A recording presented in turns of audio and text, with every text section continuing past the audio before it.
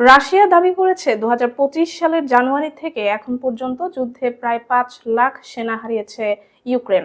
রুশ প্রতিরক্ষামন্ত্রী আন্দ্রিই বেলোউসভের মতে এই বিপুল ক্ষতি নিকট ভবিষ্যতে পূরণ করা ইউক্রেনের পক্ষে কঠিন হবে।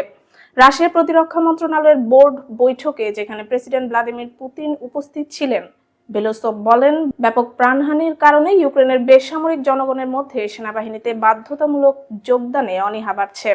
তিনি আরো জানান, চলতি বছরে ইউক্রেন ১,০৩,০০০-এর বেশি সামরিক সরঞ্জাম হারিয়েছে, যার মধ্যে ৫,৫০০টি ট্যাঙ্ক ও সাঁজোয়া যান রয়েছে, যেগুলোর বড় অংশ পশ্চিমার সহায়তায় পাওয়া।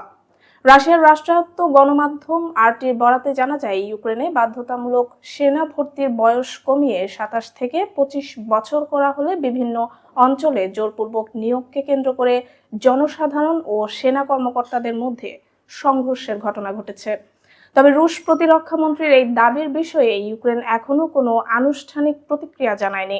এদিকে একই বৈঠকে প্রেসিডেন্ট ভ্লাদিমির পুতিন পশ্চিমা বিশ্বে রাশিয়ার সঙ্গে বড় যুদ্ধের প্রস্তুতির আহ্বানকে হিস্টেরিয়া ও মিথ্যে বলে আখ্যা দেন। তিনি সতর্ক করে বলেন, ইউক্রেন ও পশ্চিমা দেশগুলো যদি শান্তি আলোচনা থেকে সরে যায়, তাহলে রাশিয়া ইউক্রেনের নিজেদের দাবি করা ভূখণ্ড সামরিক উপায়ে দখল করবে।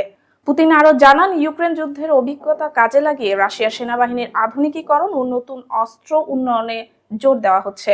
পশ্চিমা নেতাদের অবস্থানকে তিনি দায়িত্ব জ্ঞানহীন বলেও মন্তব্য করেন। অন্যদিকে ক্রেমলিনের মুখপাত্র দিমিত্রি পেসকভ জানিয়েছেন, সম্ভাব্য শান্তি চুক্তির আওতায় ইউক্রেনে ইউরোপীয় কোনো সেনা মোতায়েনের বিরোধিতা করে রাশিয়া, তবে বিষয়টি আলোচনার টেবিলে আসতে পারে বলেও ইঙ্গিত দেন তিনি।